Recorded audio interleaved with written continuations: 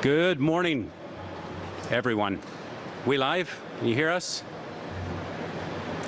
I'm Walt Koppelaar, a shareholder and executive vice president of Walters Group and also an active board member on CISC, which is the Canadian Institute of Steel Construction. And on behalf of my partners, colleagues, employees, and alongside our distinguished guests, Keenan Loomis, President and CEO of CISC, Ron Bedard, President and CEO of ArcelorMittal Dofasco. It is my distinct honor to welcome the Right Honourable Mark Carney, Prime Minister of Canada. Welcome to Hamilton.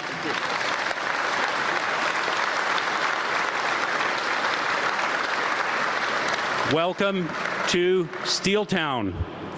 Thank you. That's right. Welcome to Walters Group. Walters Group is a family-owned, privately held Canadian company founded by my grandfather in 1956, almost 70 years ago. And today, we are proud to be a multi-generational company with second, third, and fourth generations working side by side. Our employees, yes, all of them here and at the other plants, are family to us. We support one another, share in our challenges, and work together to make tomorrow better than today. Alongside our peers and partners in the fabrication industry, we deeply value the work of the CISC, especially the leadership of Keenan Loomis, in raising awareness of the vital role of Canadian steel fabrication. It plays an important role in supporting our industries, our infrastructure, and our way of life. What do we do here at Walters Group? Well, we take the raw steel that's produced by the mills, wide flange, angle, tube, plate, sheets, and coil, and we transform it into the backbone of iconic projects across the country, including these projects. The Halifax shipyards building vessels for Defence Canada. The Brookfield Towers in Toronto using advanced high star grades, 65 and then 70, and last grade 80 on the third tower. The stunning West Block of Parliament, where the House currently sits. The new Calgary Flames Arena. The new electric arc furnace at Algoma Steel. And the Canadian Museum for Human Rights in Winnipeg, and many more. All of these are built with sustainable, nearly 100% recyclable material, and that is steel.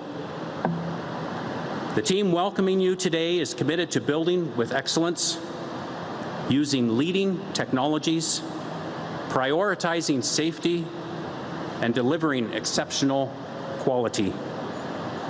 We are extremely grateful for the Canadian government's support of steel families and family businesses.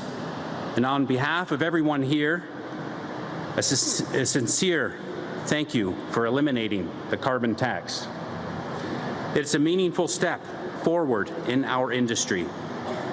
We are honored by your visit and hope today offers insight into why Canadian steel fabricators are often in the crosshairs of our southern neighbours. We are simply too good not to be noticed. Let's continue working together and overcome the challenges facing our industry and our nation. Welcome, Prime Minister.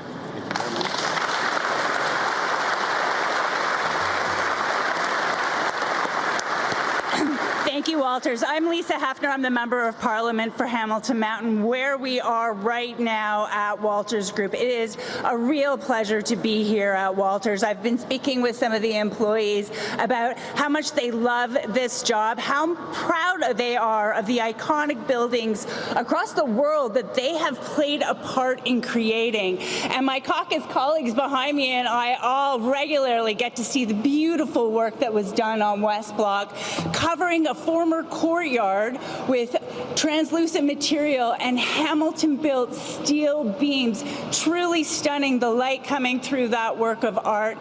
Please come and visit us in Ottawa so that you can see it for yourself. But it's a real reminder that when we think of Hamilton as a steel town, we're not just talking about the powerhouse producers like ArcelorMittal, Dofasco. We're talking about derivative companies that have made a huge difference around the world, like Walters Group, right here on Hamilton Mountain.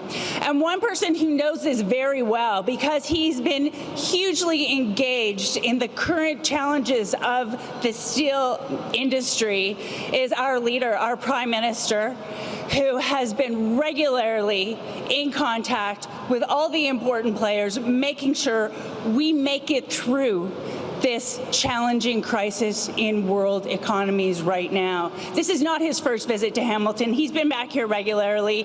He cares about Hamilton. He cares about the steel industry. We are here to protect our workers and our industries. So without further ado, please join me in welcoming the Right Honourable Mark Carney.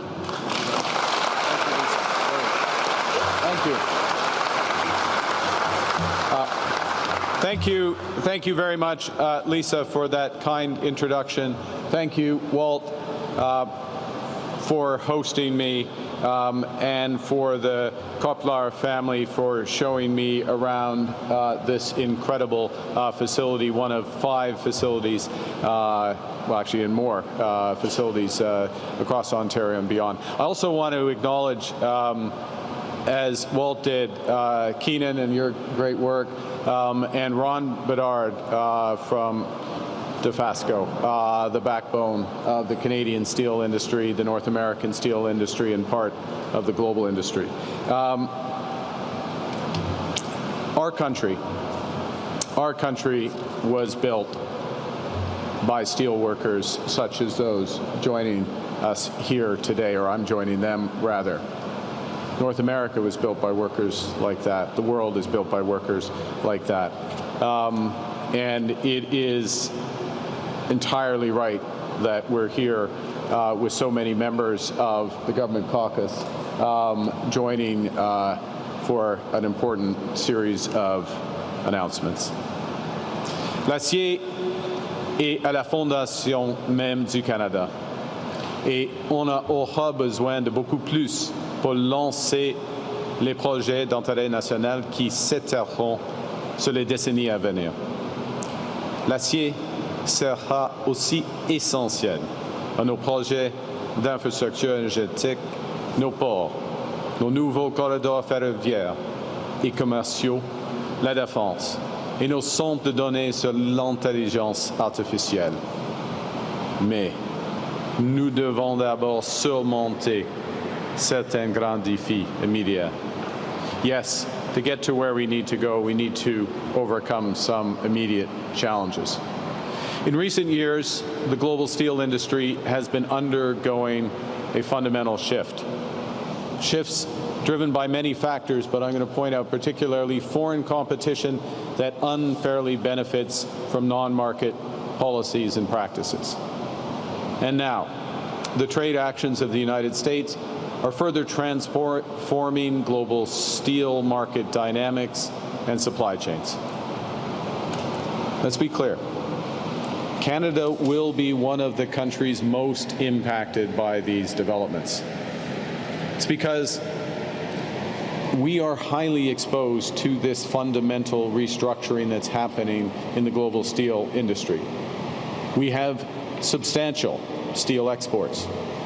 We have very high per capita steel use. And we have a disproportionately open import market. In fact, we have one of the most open steel markets in the world. Imports supply almost 2/3 of current Canadian consumption of steel, compared to less than 1/3 for the United States and less than 1/6 for the European Union.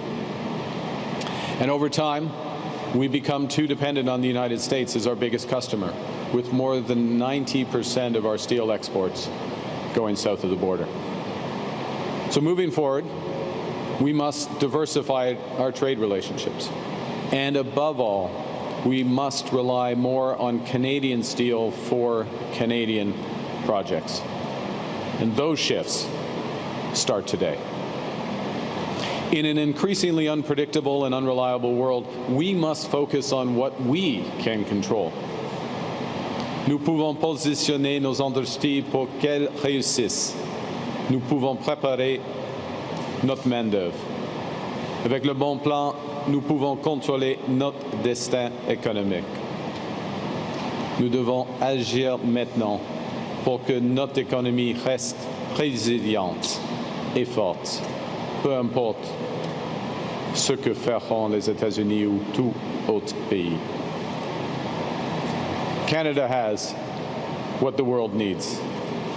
We're becoming an energy superpower, and we are a leader in the building blocks of a modern economy. From high value-added steel to aluminum to critical minerals and artificial intelligence. And Canadians have just given governments the mandate to build big things, nation-building projects that will transform our economy.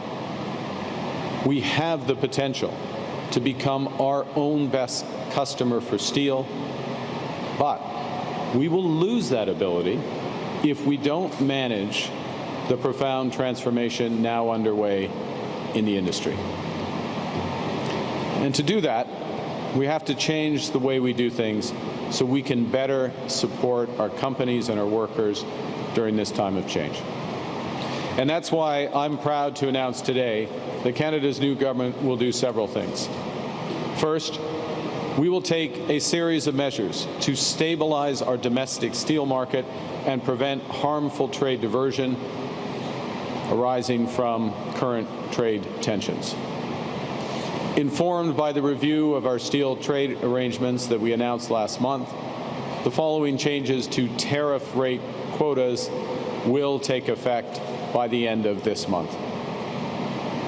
For steel products from non-free trade agreement countries, we will tighten the tariff rate quota level to 50% of 2024 volumes and apply a 50% tariff on any imports beyond those levels. For steel products from partners with free trade agreements, we will introduce a tariff rate quota level for steel products at 100% of 2024 volumes and apply the same 50% tariffs on imports above those levels. The government is reviewing its remission framework to favor the use of Canadian steel and aluminum in Canadian-made products. And we will also implement additional tariffs on steel imports from all non-U.S. countries containing steel melted and poured in China.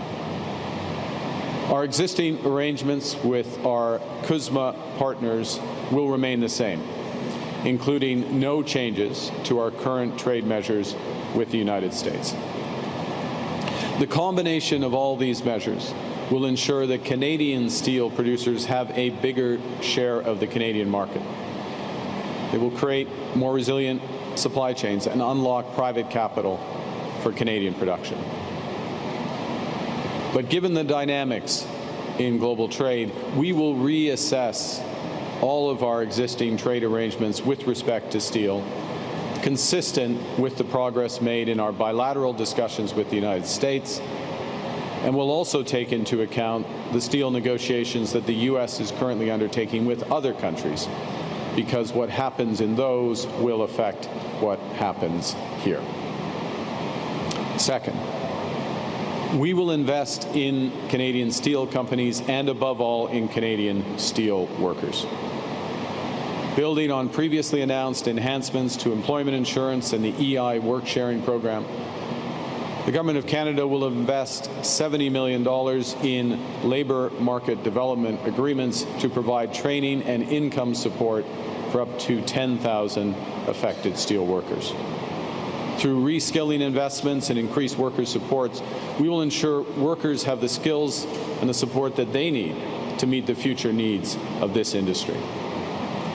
To build a more resilient and diversified steel industry that serves the needs of a growing Canada, the government will provide $1 billion through the Strategic Innovation Fund to help Canadian steel companies advance projects that will increase their competitiveness, that will catalyze their production of steel products that are not currently produced in Canada, and to create jobs to serve growing sectors of our economy, including in defense. The Business Development Bank of Canada's Pivot to Grow initiative is also being enhanced to provide support to eligible small and medium-sized steel enterprises that face liquidity challenges. And $150 million of the government's Regional Tariff Response Initiative through its regional development agencies will be prioritized for the steel industries.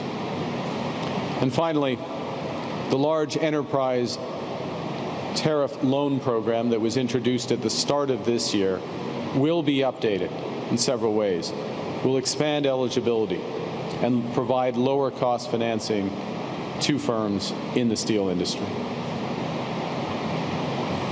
These changes will include reducing the minimum annual revenue requirements of borrowers from $300 million to $150 million, reducing the minimum loan size from $60 million to $30 million, extending the loan maturities from 5 to 7 years, reducing the initial interest rate, all while requiring companies to retain and reinvest in their workers. Through this series of measures, we'll help ensure that Canadian steel companies have the capital and the workers and the time to build the skills, the tools, the facilities to serve a growing Canada. Now, we will also prioritize using Canadian steel to build the big projects that we're undertaking, including millions of new homes, new ports, bridges, energy infrastructure, and investments in our security and defense capabilities. As we deliver on our mandate to build big things faster, we will ensure that Canadian steel and other Canadian materials are prioritized in that construction. And to that end, we will change the federal government's procurement process to require companies contracting with the federal government to source Canadian steel for government contracts. I see we didn't have to do that for Walter's group, who did it directly when in their service of Parliament and many other, and the museums across this great nation. C'est ce que notre plan pour bâtir un Canada fort permettra de faire. Nous allons de l'avant avec les investissements sans précédent dans l'énergie, l'infrastructure, la défense et la technologie. La loi sur l'unité de l'économie canadienne qui a récemment été adoptée permettra de réaliser de grands projets à une vitesse sans précédent en utilisant de l'acier, de l'aluminium et de minéraux essentiels canadiens et en tirant profit de l'expertise des travailleurs canadiens. Nous serons nous-mêmes notre meilleur client en créant davantage de carrières payantes chez nous et en augmentant notre production afin d'être mieux équipés pour rejoindre de nouveaux marchés en Europe et en Asie. To conclude, Canada's steel sector has a history of reinventing itself and reinvesting in itself at critical moments. After the Second World War, Canada built homes, factories, infrastructure at rates never seen before. And to meet that demand, the Canadian steel industry modernized rapidly and increased output substantially. Now we must pivot again. For Canada to build big things fast, we need our steel industry to advance, not retreat. Nous avons besoin d'une main-d'œuvre forte et qualifiée et un marché équitable et compétitif au Canada. C'est ce que nous faisons en tant que pays à grande échelle. L'industrie canadienne de l'acier sera toujours au cœur de notre compétitivité, de notre sécurité et de notre force. Et c'est pourquoi, afin de bâtir un Canada fort, ça commence par les investissements dans des industries clés comme celle-ci. At this hinge moment in our history, Canada is shifting from reliance to resilience. We're giving ourselves far more than any foreign government can ever take away. We're building one Canadian economy out of 13. We're embarking on a series of nation-building projects. We are undertaking unprecedented investments in our defense and security, and we are diversifying our trading relationships. We're building with Canadian workers, using Canadian steel for a Canada strong. Thank you very much, and I'll be happy to take your questions.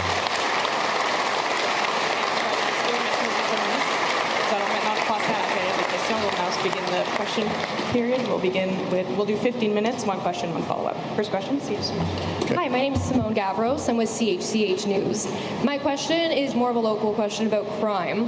Within the last few months, 2 random innocent bystanders were killed in 2 separate shootings. And in the latest shooting on Friday, that suspect is a 17-year-old who police are still looking for.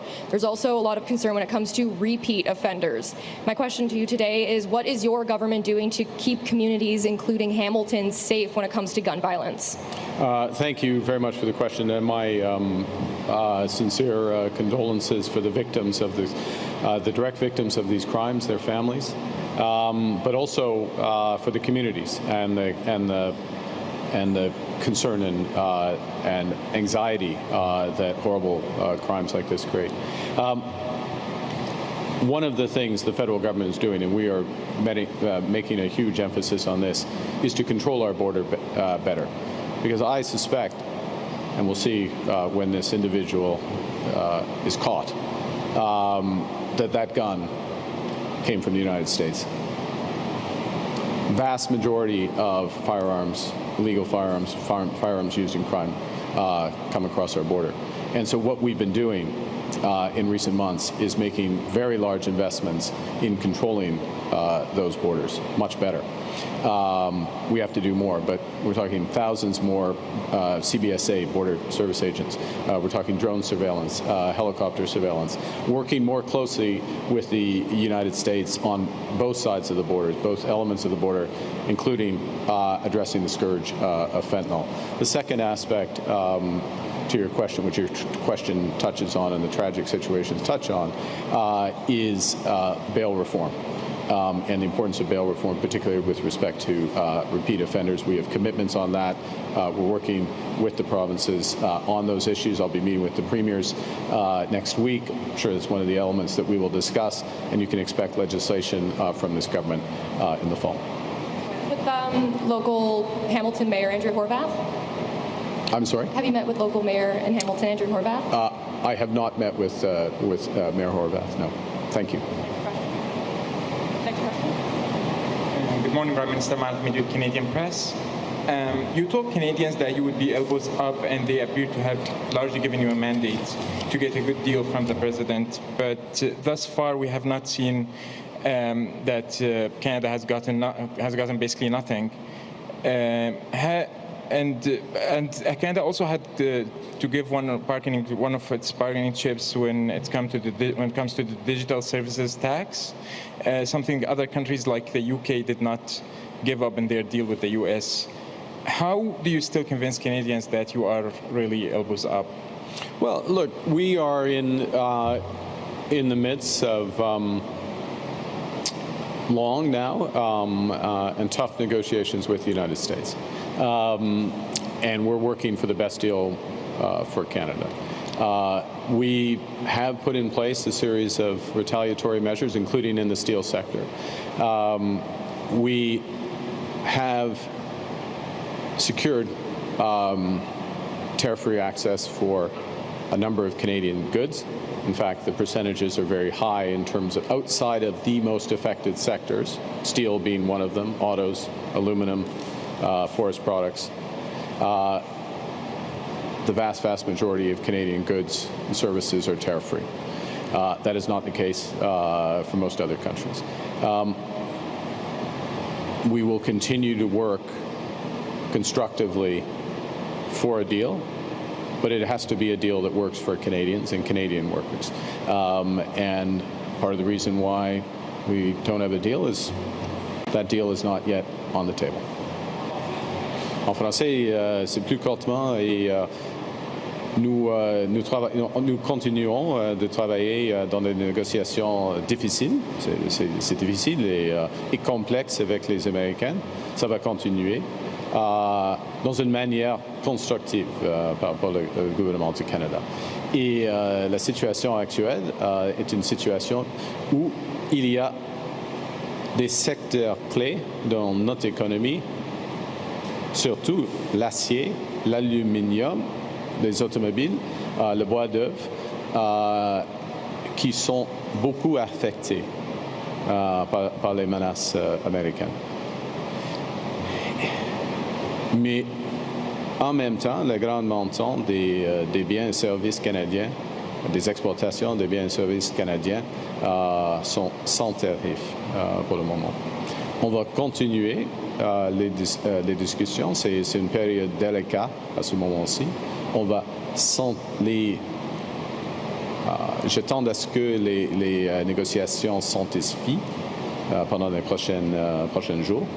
Et on va travailler, comme j'ai dit, dans une manière constructive afin d'avoir le meilleur accord pour le Canada. Mais à ce moment-ci, ce n'est pas sur la table. Alors, il faut continuer. Next question. Samantha Beatty from CBC News. Is a trade deal with the U.S. likely to include some level of tariffs? And if so, will Canada impose tariffs on the U.S. as well? Well, we'll see what the final agreement is. If there is an agreement, we're working towards an agreement in a constructive manner. And obviously, it's an agreement. There are both sides, and things will be structured accordingly. I think what's important, if I can bring it back to the situation here in the steel sector, is that the U.S. trade deals with other countries, and also the case when the U.S. doesn't have a trade deal with other countries, are going to involve very high tariffs. And one of the consequences of those very high tariffs is it pushes product, steel in this case, and their derivatives, into a Canadian market that has historically been quite open.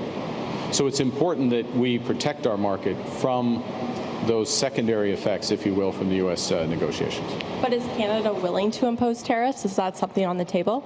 Well, Canada has imposed tariffs. What more? Well, on verra. We'll see. I mean, look, it's a negotiation. We want to. We believe in. We believe in free trade. We believe that the best arrangements would be low tariffs. It's proven. You look at the Walters Group and the amazing work they do south of the border for some of the iconic buildings and in the United States. There actually isn't time to list them all, but many of which I know. And that's good for the U.S. It's good for Canada. Now, the U.S. has different priorities and has had different emphasis, and we have to adjust to that. Merci. Next question. Direk Çakır, Turkish Voice of Canada. Steel trade tensions with the U.S. are not just geopolitical. They affect real working families, many of whom are immigrants. How is your government ensuring not just the protection of Canada's steel industry, but also stability of the immigrant and newcomer workforce that plays a critical, often invisible role in sustaining this sector? That immigrant workforce who face both job precarity and systemic barriers to upward mobility, especially in communities where they are the backbone of production and logistics. Well, first off, thank you for your question. We are behind all workers and all citizens of Canada, to be absolutely clear, and that's why we're fighting hard in these trade negotiations. But it's also why a centerpiece of what we're announcing today for the steel sector is directly focused on workers. That's $70 million to help with retraining, upskilling, income support. Taking a step back from that, the investments that we're supporting through what's called this Strategic Innovation Fund, the $1 billion for the industry, to build up new lines of work for markets that are going to grow here in Canada. It's good for the companies, but it's good for the workers and providing that sustain. So we're very focused. I'll say one last thing, which is that we also have been from the start ensuring that the revenues we collect from tariffs, the counter tariffs that we've had to put in place, that those go back to the workers and go back to support those workers for precisely the reasons that you say in your question. Thank you. Hi, Prime Minister. Laura Stone, Globe and Mail. Yeah. BC Premier David Eby says that Canada has been talking to the provinces about a softwood lumber deal with the U.S. that could remove this irritant from the table. He said this could include quotas for how much wood is shipped from Canada. Do you see a potential to strike a softwood deal and settle this matter for the time being, and what role would quotas play? Well, thanks for the question. We're in close contact. I'm in close contact with Premier Eby on this and many other issues, but this is one of the biggest, without question. There is decades and decades of trade history, as you know, with respect to softwood lumber, U.S. trade actions there. There is normally some element of managed trade that comes out of any agreement that comes there. Can include quotas, can include a variety of trade factors, if I can put it that way. So that is a top priority. And we would like to resolve it at the same time as other trade issues with the United States. It is running on a slightly different timetable. Their timetable is different. It's a historic 232 action, if you probably know. And we'd like to bring it together and have it as part of a global agreement if we can, and that's certainly been the position of the Government of Canada. Thank you. Hi, Prime Minister. Heather Wright, CTV News. You've said that the purpose of Bill C-5 is in part to speed up approvals for major national projects, and as you know, the bill is now being challenged in court by First Nations. Have your belated consultations jeopardized the goal of getting new projects built? Well, first, no. First thing is that the bill literally just received, well, in the last few weeks, as you know, received royal assent, so became law. The bill and the law, as it now is enabling legislation. The first thing it enables is consultations about what are we actually talking about when we say nation-building projects. And tomorrow, the first part of that engagement, it's not a consultation tomorrow, but the first part of that engagement, in fact, it starts this afternoon in Ottawa with a series of First Nations rights holders, other interested First Nations groups, including the AFN, obviously, is that engagement about the modalities, how this can work, how we work together, what are the priorities. That's before any consultation on any specific project or types of projects. And also before, even if there is a project or when there is projects identified, consultations around the conditions around those projects that must be fulfilled for them to be built, and then moving forward from that. En français, Rapidement, on va commencer. Le projet de loi vient d'être passé ou formalisé par le gouverneur général. Et la première chose que nous ferons, c'est un engagement, une série de réunions avec les peuples autochtones qui commencera cet après-midi à Ottawa, cet après-midi demain à Ottawa. OK. Bonjour, Jérémy Bergeron de Radio-Canada. Hier, vous avez ouvert la porte à une entente commerciale avec les États-Unis qui pourrait comprendre des tarifs douaniers. Quel pourcentage de tarif global serait acceptable pour signer une entente? C'est une bonne question, mais si je réponds, ce sera une mauvaise réponse. Ces négociations, on est en train de négociations avec les Américains. J'observe que tous les accords, toutes les discussions, tous les étangs, toutes les rumeurs des attentes américaines avec n'importe quel pays inclut des tarifs. I said it was a good question, but if I responded to it, it would be a bad response in the middle of a negotiation. That's really, the rest of it was just filler. Sorry. Daniel Dove, Global News. Prime Minister, Global News has, an investigation has unveiled that the Public Safety Minister wrote letters before he was the Public Safety Minister on behalf of a man and his immigration status to come to Canada, even though this man was a member of a listed suspected terrorist group. The Public Safety Minister is in charge of border security, obviously very important to any trade deal going forward. What confidence do you have in the Public Safety Minister with your reaction to this, sir? Thank you for the question. Look, the Public Safety Minister has been transparent about the details of that situation, and he has my confidence. Thank you. This will have time for one last question. Thank you. Councillor, please.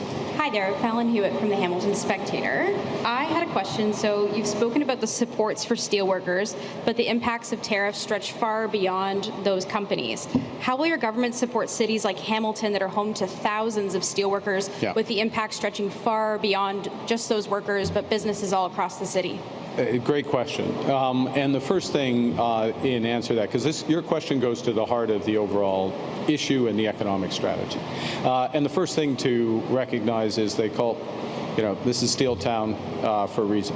It's at the heart. It's the heart of the industries and associated industries that have been built there. It's at the heart. Steel's at the heart of the community. Strength.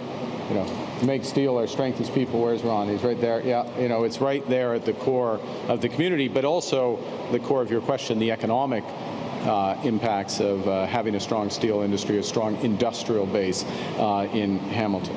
So the first thing you do is you make, and particularly at a time when Canada is going to need a lot more steel because we're going to build this country. I give you a report.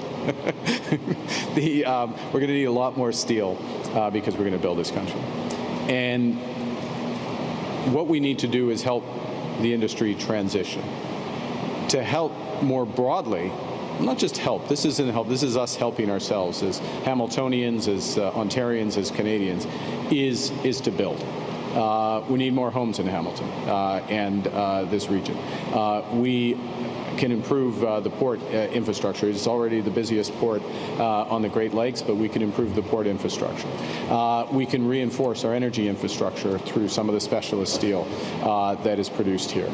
So those nation-building projects, those are going to have an enormous multiplier effect across the country and back into the core of those sectors, and then, which is steel, and then out in the region as a consequence of that strength. What we can't let happen, what we won't let happen, is that the current trade situation with the United States and unfair trade practices in other countries, the combination of those guts our steel industry today, and then a few years down the road, we need our steel industry strong. We're not going to let that happen. We're going to do the transition, and this is what's there. I'll take the last question, if I may. Merve Idogan from Anadolu Agency. Thank you for taking my question. Sure. Just going to move aside from today's topic a bit. As you may have followed, Israel has been bombarding parts of Syria's territories, and we've heard of stories, reports of presidential palace being also nearby hit. In your reaction to that, how does Canada view this new development? Thank you. I'd say, I'll make a general point. Israel has the right, as every other nation, to live in peace and security, and we absolutely support that, and always will support that. It is important that steps taken to support that respect the rights of others and the territorial integrity of neighboring nations. Thank you very much. Thank you, Prime Minister. This puts an end to our press conference. Est-ce qu'il m'a fait la conférence de presse? Merci. Merci.